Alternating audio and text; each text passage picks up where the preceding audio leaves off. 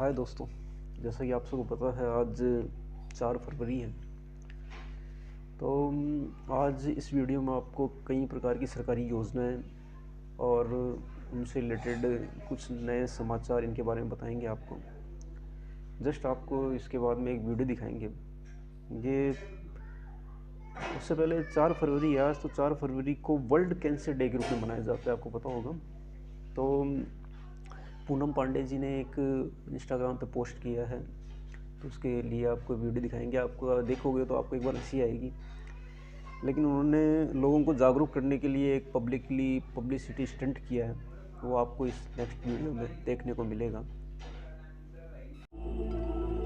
Lockup fame actress Poonam Pandey की मौत की खबर सामने आ रही है। पूनम के मैनेजर ने बताया कि पूनम पांडे सर्वाइकल कैंसर से जूझ रही थी। बताया जा रहा है कि पूनम की मौत 1 फरवरी की शाम हुई। पूनम की मौत की खबर से फिल्म इंडस्ट्री और उनके फैंस शॉक्ड हैं। पूनम की मौत की खबर उनके इंस्टाग्राम अकाउंट पर भी शेयर की गई है, जिसके बाद उनके फैंस काफी शॉक्ड हैं। पूनम पांडे के इंस्टाग्राम अकाउंट पर शेयर किए गए पोस्ट में लिखा है, ये सुबह हम सभी के लिए काफी मुश्किल है। आप सभी को बताते हुए काफी दुख हो रहा है कि एक्ट्रेस पूनम का निधन हो गया है। पूनम सर्वाइकल कैंसर से जूझ रही थी। वो आज तक जिससे भी मिली बहुत प्यार और स्नेह से मिली। इस दुख की घड़ी में हमें प्राइवेसी का निवेदन करते हैं। हम पूनम को याद करते हैं। 32 साल की पूनम पांडे यूपी के कानपुर से ताल्लुक रखती हैं। साल 2013 में पूनम पांडे फिल्म नशा से बॉलीवुड में डेब्यू करती हैं, लेकिन उन्हें फेम एक्टिंग या फिल्मों से नहीं बल्कि बोल्ड फोटोज और बयानों से मिला। पूनम ने सोशल मीडिया पर कई बार सेमी न्यूड फोटोज शेयर किए, जिससे उन्होंने खूब सुर्खियां बटोरी।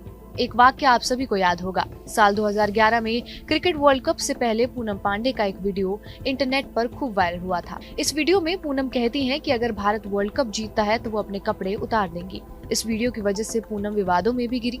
मॉडलिंग के साथ साथ पूनम कई म्यूजिक वीडियोस में भी नजर आ चुकी हैं। पूनम को आखिरी बार कंगना रनौत के रियलिटी शो लॉकअप सीजन 1 में देखा गया था। पूनम का निजी जीवन भी ज्यादा खुशहाल नहीं रहा था। सितंबर 2020 में पूनम पांडे ने अपने long time boyfriend Sam Bombay से शादी की थी। हालांकि ये शादी कोरोना की वजह से काफी प्राइवेट रखी गई थी, लेकिन ये रिश्ता ज्यादा दिनों तक नहीं टिक पाया। शादी के चंद दिनों बाद ही पूनम ने पति के खिलाफ मारपीट और मोलेस्ट करने की शिकायत दर्ज करा दी।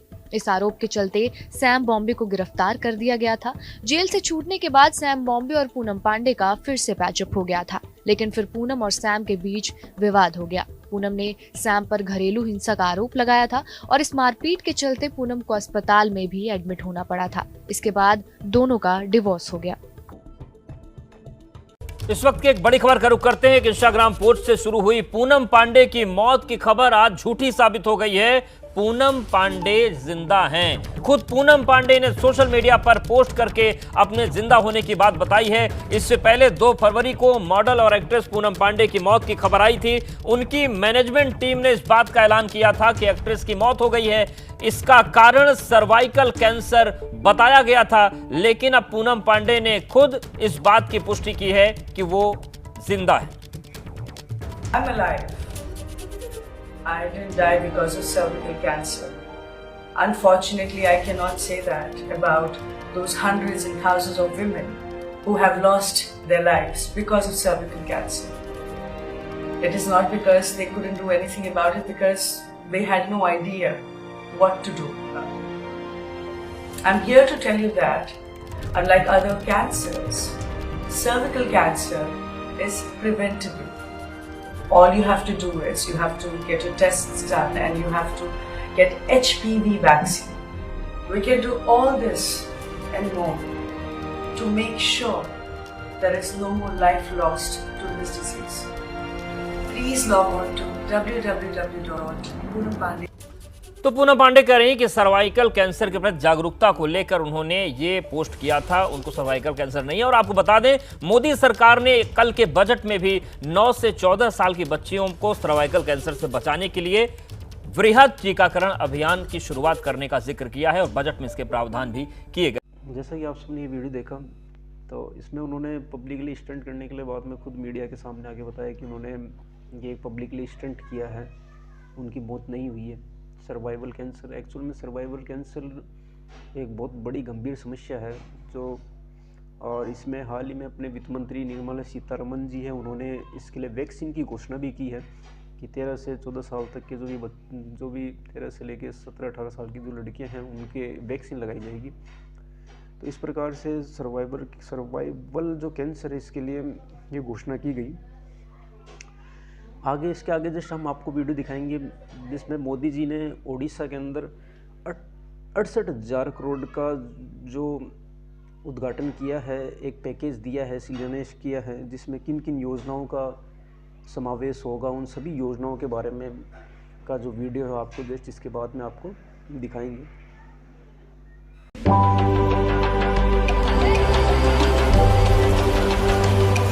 विविधताओं और विरासत का अनूठा संगम भारत,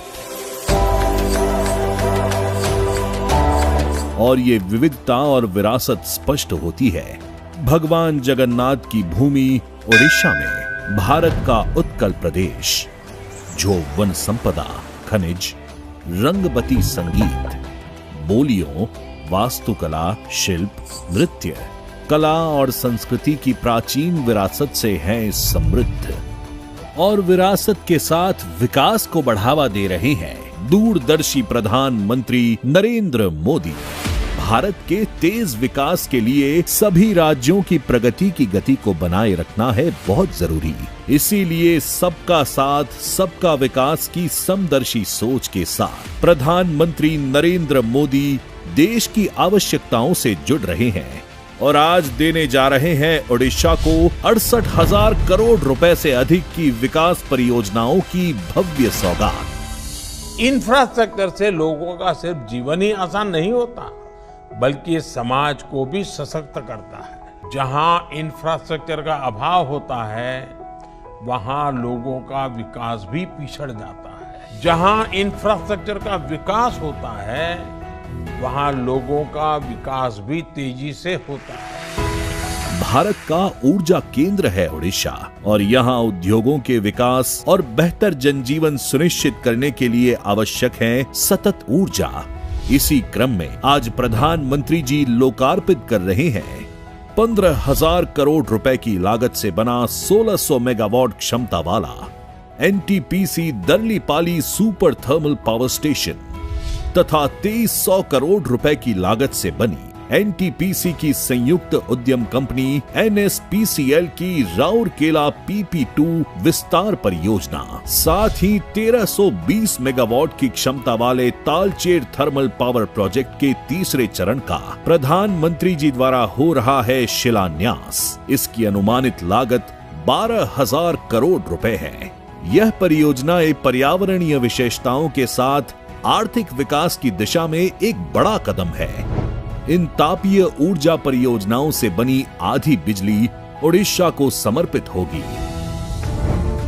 इसके साथ ही प्रधानमंत्री जी उद्घाटन कर रहे हैं जगदीशपुर हल्दिया तथा बोकारो धामरा पाइपलाइन के धामरा अंगुल खंड का, और शिलान्यास करेंगे मुंबई नागपुर झारसुगुड़ा पाइपलाइन परियोजना के नागपुर झारसुगुड़ा खंड का, जिससे न सिर्फ ओडिशा में रोजगार के अपार अवसर खुलेंगे, वहीं स्वच्छ ऊर्जा की सुलभता भी तेजी से बढ़ेगी। ऊर्जा उत्पादन बढ़ाने की इसी कड़ी में प्रधानमंत्री जी शिलान्यास कर रहे हैं 27,000 करोड़ रुपए की अनुमानित लागत वाले NLCIL Talabira thermal power project का। अत्याधुनिक संयंत्रों वाली इस तापीय ऊर्जा परियोजना की उत्पादन क्षमता 2400 मेगावाट होगी। साथ ही प्रधानमंत्री जी उद्घाटित कर रहे हैं 4 अन्य परियोजनाएं। राज्य के विकास के साथ बेहतर कनेक्टिविटी प्रधानमंत्री जी का प्रमुख उद्देश्य रहा है।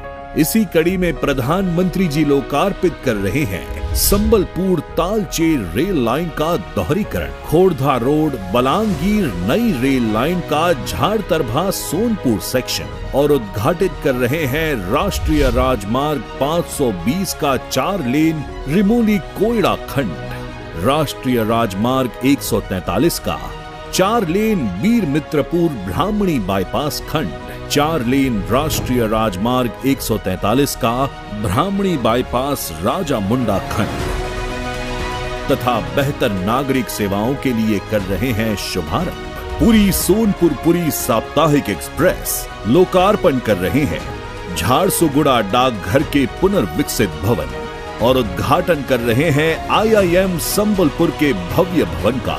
साथ ही आज शिलान्यास हो रहा है संबलपुर रेलवे स्टेशन के पुनर्विकास का।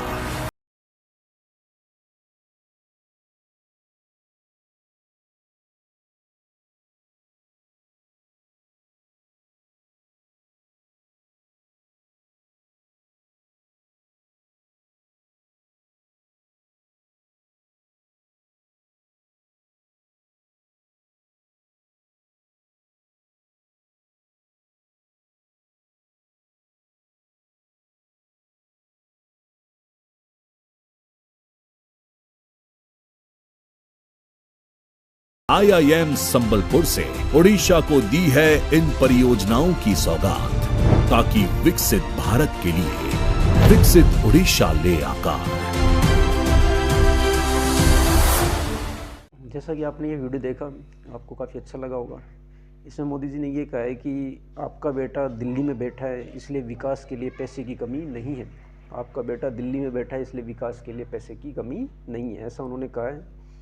आगे जस्ट हम आपको दिखाएंगे जो भारतीय नौसेना है उसमें शामिल हुआ है देश का पहला INS संध्यक, सबसे पहला सर्वेपोत INS संध्यक, जिससे हमारी हिंद महासागर में जो हमारी मजबूती है वो बनेगी। तो इसके बारे में मैं आपको ये नेक्स्ट वीडियो, इसमें पूरा इंडियन नेवी का ही वीडियो है, ये आपको दिखाएंगे INS संध्यक के बारे में।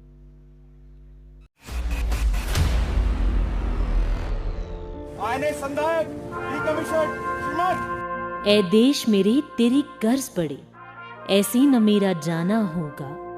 हर फर्ज निभाने इन लहरों का वापस मुझे आना होगा।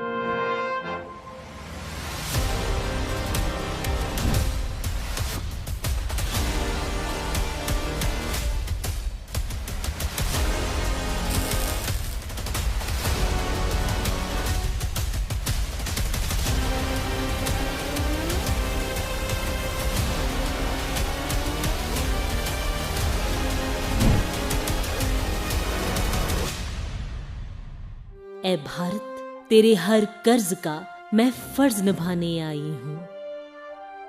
देशभक्ति का वही जज्बा लिए एक नए रूप में आई हूं।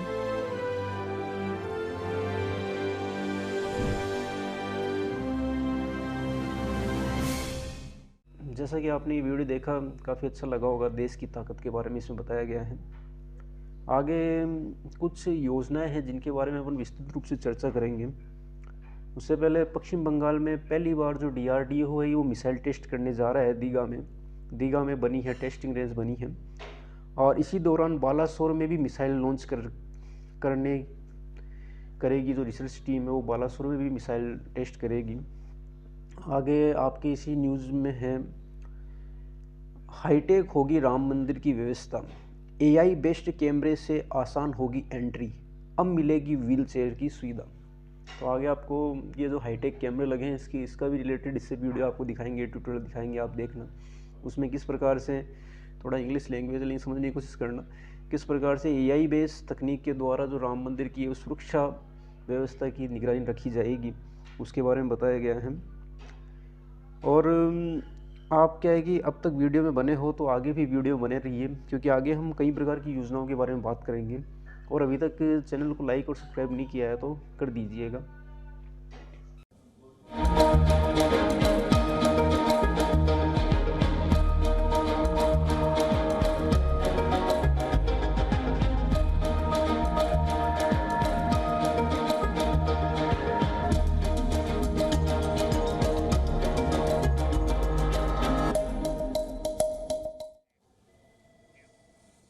All eyes are on the 22nd of January, which will mean that the Ram Temple, the brand new Ram Temple, is going to be consecrated in India's Ayodhya. We now get you inputs about how the security system is being bolstered in the temple town. Our next report getting you the complete story. The grand consecration of the Ayodhya Ram Temple is just weeks away. and preparations are in full swing.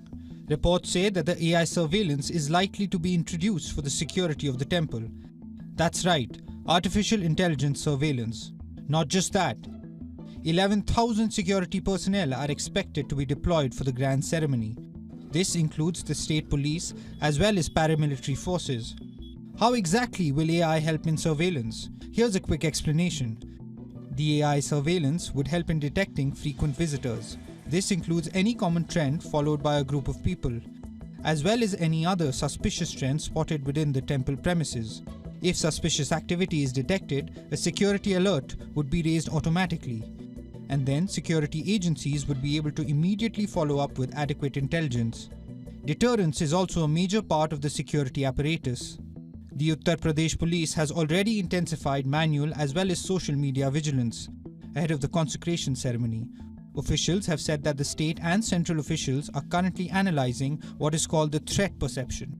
And once this exercise is completed, the final itinerary of the Ram Mandir consecration will be released. 38 officers of the local intelligence unit have been deployed. 26 companies of paramilitary and provincial armed constabulary have been called in. 8,000 local police personnel are likely to be deployed. The Uttar Pradesh Anti-Terror Squad and Special Task Force are also on the ground. They are also being accompanied by India's elite National Security Guard. Verification process of every individual is underway. This includes taxi drivers, e-rickshaw drivers, hotel staff and local residents. The guest list of the event is also being finalized. Anticipation is building for the ceremony on the 22nd of January, when the temple's doors will be thrown open to the devotees. Bureau Report, WION, World is One. WION now available in your country. Download the app now. Get all the updates on the move. जैसा कि आपने राम मंदिर का ये video देखा जिसमें hi tech AI base artificial intelligence base कैमरे लगे हुए हैं। आगे हम बात करेंगे कि आगे इसी प्रकार से इसी क्रम में जो मुख्य समाचार है वो ये है कि आडवाणी जी हैं, उनको भारत रत्न मिलने जा रहा है और इस पे अलग प्रकार की सियासत हो रही है। कांग्रेस ने ये कहा है कि उपेक्षा के प्रायश्चित का नतीजा, उपेक्षा के प्रायश्चित का नतीजा है ये, जो उनकी उपेक्षा की गई है, जैसा कुछ कह रहे हैं। और सीएम नतीजा है, बीजेपी नेताओं ने भी इसकी शुभकामनाएं दी है। सीएम सार्थ है, उन्होंने भी इसकी शुभकामनाएं दी है उनको। आगे आपके लिए एक अच्छी खबर और है कि विराट कोहली है वो दूसरी बार पिता बनने जा रहे हैं और ये जानकारी दी है, डिलीवरीज ने ये जानकारी दी है कि वो दूसरी बार पिता बनेंगे। इसके बाद में कुमार विश्वास को राज्यसभा भेज सकती है बीजेपी। जो कुमार विश्वास है, जो कि पहले आम आदमी पार्टी में थे, बाद में उनको पे कई प्रकार के आरोप लगा के उन्हें पार्टी से निष्कासित कर दिया गया था आम आदमी से। अब वो बीजेपी उनको राज्यसभा में भेजने की तैयारी कर रही है। और इसी प्रकार से यूपी में 4 नाम हैं जो रेस में आगे हैं, जिनमें दलित और ओबीसी समाज का भी ध्यान रखा गया है और अपर्णा यादव की भी इसमें चर्चा की जा रही है कि उन्हें भी राज्यसभा में भेजा जा सकता है। इसके बाद में प्रमुख खबरों में ये है कि 200 साल पुराने ब्रिटिश लेखाकार के नक्शे से खुलेगा ज्ञानव्यापी का राज। ज्ञानव्यापी जो कृष्ण की नगरी है, वहाँ पे ये ज्ञानव्यापी का कुछ केस चल रहा है, तो वहाँ पे अभी पूजा करने की अनुमति कोर्ट ने दे रखी है। लेकिन साथ में ये भी कहा जा रहा है कि जो ब्रिटिश लेखाकार है उससे ये पता चलेगा कि उसमें आदिकाल के जो विश्वेश्वर मंदिर का जो गर्भगृह है वो कहाँ पे है, इसकी भी जानकारी हमें मिलेगी। आगे बिहार में लघु उद्यमी योजना के लिए आवेदन स्टार्ट किया गया है, जिसका आवेदन की तारीख लिखी है 5 फरवरी से 20 फरवरी तक। इसमें क्या है कि इस योजना के अंतर्गत 90 लाख परिवारों को मिलेंगे 2 लाख रुपये। जो 90 लाख परिवार हैं उनको 2 लाख रुपये सरकार देगी बिहार लघु उद्यमी योजना के अंतर्गत, जिसकी आवेदन का ये है कि जो गरीबी रेखा के नीचे होना चाहिए, उसकी जो मंथली आय है वो 6,000 से कम होनी चाहिए, तो वो इसमें आवेदन कर सकता है। और ऐसे 90 लाख परिवार हैं जो कि इसके लिए आवेदन करेंगे, जो आवेदन 5 फरवरी से 20 फरवरी तक होगा। इसके बाद छत्तीसगढ़ में भी इसी प्रकार से एक योजना शुरू की गई है जिसका नाम है महत्तारी योजना, महत्तारी वंदना योजना, जो महिलाओं, जिसमें विवाहित महिलाएं हैं वो इसकी पात्र होगी और इसका भी आवेदन 5 फरवरी से 20 फरवरी के बीच में किया जाएगा। इस योजना के अंतर्गत हर महीने महिलाओं को 1,000 रुपये दिया जाएगा। ये जो योजना है यानी कि साल के 12,000 रुपये, छत्तीसगढ़ में ऐसा कि अभी बीजेपी की सरकार बनी है जस्ट, तो वो एक योजना लेके आई है जिसका नाम है महतारी वंदना योजना, जिसके अंतर्गत हर महीने महिलाओं को, जो विवाहित महिला उनको 1000 रुपये सरकार की तरफ से दिया जाएगा। इस प्रकार से 1 साल के 12,000 रुपये दिए जाएंगे। इसके लिए भी आवेदन 5 फरवरी से 20 फरवरी के बीच में किया जाएगा और मार्च में इसकी पहली किस्त बीजेपी गवर्नमेंट द्वारा जारी कर दी जाएगी। आगे इसी न्यूज के अंत में हम चलते हैं कि जीएसटी पंजीकरण में बायोमेट्रिक सुविधा शुरू करेगी सरकार। आने वाले टाइम में जो जीएसटी में जो पंजीकरण होता था उसमें धोखाधड़ी को रोकने के लिए उसमें जो रियल जो बिजनेसमैन है, जो रियल वर्कर है, वही उसमें जुड़े, क्योंकि इसमें काफ़ी ज़्यादा धोखाधड़ी होती है, नाम किसी और का होता है। तो इसमें बायोमेट्रिक सुविधा भी सरकार अब लॉन्च करेगी, जिसके मदद से जो भी फर्जीवाड़ा किया जा रहा है उसको रोका जाएगा। इसलिए जीएसटी रजिस्ट्रेशन, आप जानते हो जीएसटी ग्रॉस सर्विस टैक्स जो होता है, जिसके द्वारा कोई भी कंपनी जीएसटी रजिस्ट्रेशन करके अपने प्रोडक्ट सेल कर सकती है, तो उसके लिए बायोमेट्रिक का ऑप्शन भी सरकार जल्द ही लाने वाली है। तो दोस्तों, आज ये कुछ समाचार और कुछ सरकारी योजनाओं के बारे में आपके लिए वीडियो बनाई है। यदि आपको इसके बारे में कुछ और जानकारी चाहिए तो आप हमेशा अपडेट रहने के लिए इसे अभी की अभी सब्सक्राइब कर लें। और कोई नई चीज़ की जानकारी आपको चाहिए, इसके अलावा यदि कोई चीज़ आपको नई इन्फॉर्मेशन चाहिए तो आप चैनल पे कमेंट ज़रूर करें इस वीडियो पे। धन्यवाद।